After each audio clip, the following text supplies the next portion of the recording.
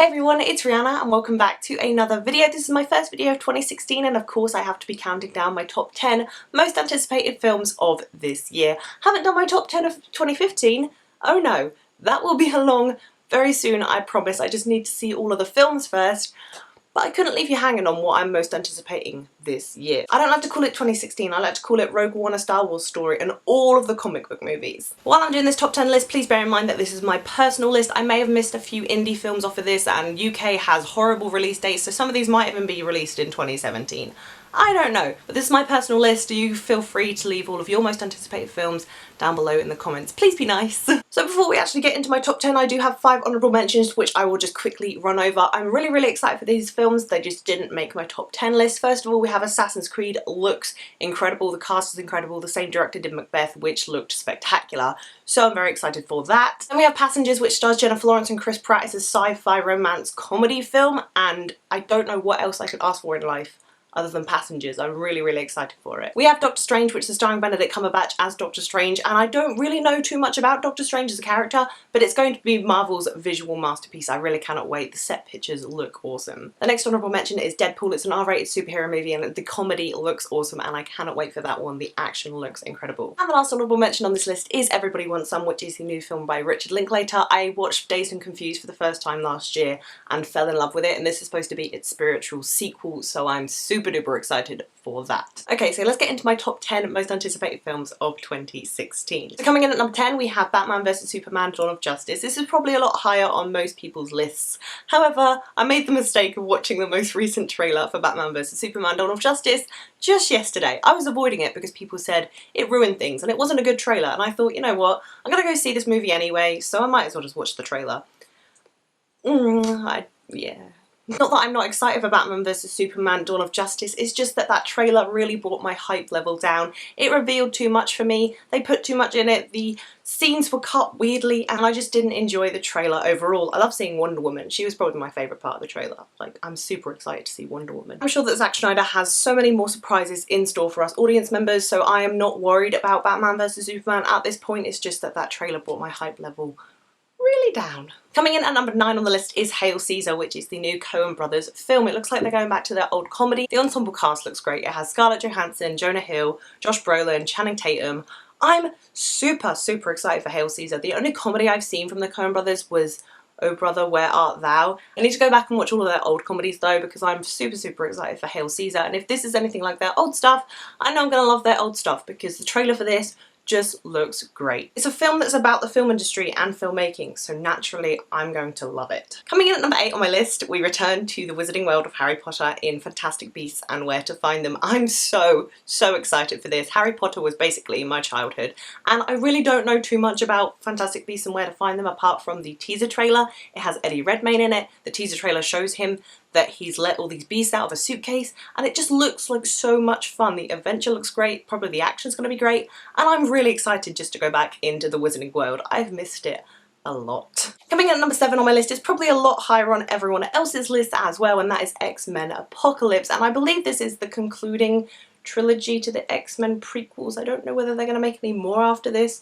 If they do, that's cool. But I love these X-Men prequels. I love First Class. Days of Future Past was epic because Bryan Singer returned and he did X1 and X2 from the originals, and he just knows how to do X-Men so right. It's going to be really cool seeing old members of the X-Men return, like obviously Charles Xavier, Magneto, Raven, and then there's the new ones, Nightcrawler, Jubilee, Psylocke, Angel. I'm so excited to see the younger versions of X-Men we already saw in the original X-Men films coming back in the prequels. It looks super cool. I wasn't too sold on the CGI in the trailer, but I know the final product is going to look amazing, and Oscar Isaac as the original mutant who has so much power looks so badass. I know that Oscar Isaac is a fantastic actor and I cannot wait to see him in a villainous role, especially if he is the original mutant. I mean, how much power does he have?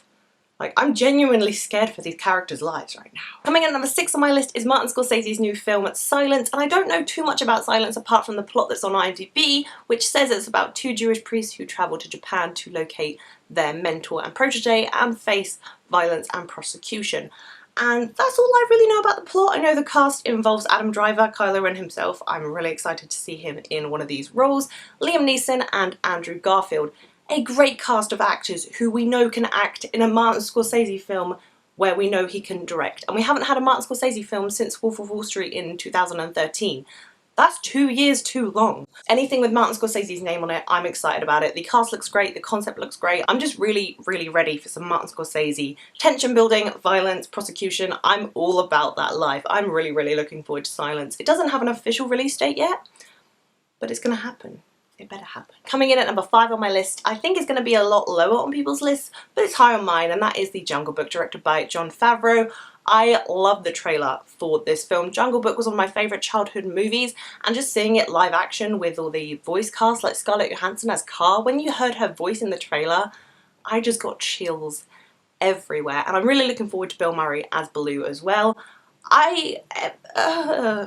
I love Disney live action films, I'm sorry, I do. I love them all, and they should just make all of them, because I will throw my money at Disney if that happens. But the visuals in this film do look spectacular. They did a killer teaser trailer, and the voice cast is going to be epic. We have Bill Murray, Lupita Nyong'o, Christopher Walken, Scarlett Johansson. I'm so excited for The Jungle Book. My inner child is so ready to come out right now. Coming in at number 4 on my list is La La Land, which is a film I only know the premise of, the cast of, and the director of, and that is enough to get me really, really hyped up for La La Land. It's the new film by Damien Chazelle, who directed and wrote Whiplash, which was one of the best films of 2014. It was literally spectacular. And guess who's starring in this film? Ryan Gosling and Emma Stone. As a jazz pianist, Ryan Gosling's playing the jazz pianist and Emma Stone is playing an aspiring actress, and it's a love story set in Los Angeles. Just thinking about it is making me want to weep, because Ryan Gosling and Emma Stone have so much chemistry together. They were probably the best part of Gangster Squad. I genuinely like that film, I don't see the hate. However, they were probably the best part of that film, and obviously in Crazy Stupid Love they had amazing chemistry together. So them plus Damien Chazelle plus Love Story plus Los Angeles plus the fact J.K. Simmons is in this film as well.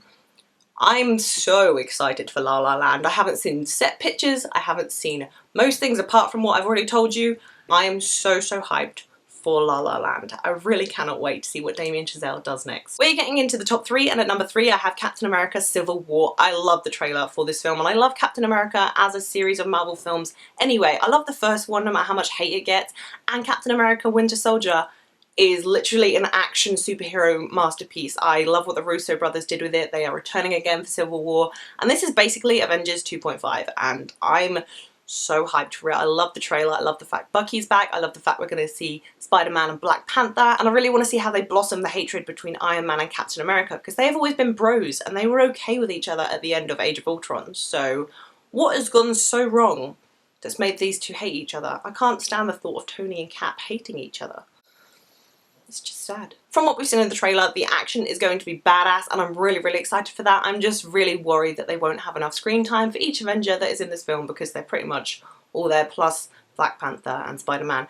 You've got a really big job to do, Russo brothers. Do not let us down. Coming in at number 2 is probably not going to be a surprise to most of you people, and that is Suicide Squad. I love the first look of this that we saw at Comic-Con. I thought it was beautiful, the cinematography was great, the tension built up so well, the music really, really suited the trailer. And I'm really excited to see an anti-hero story that is against the Joker, played by Jared Leto, who is a perfect decision for casting.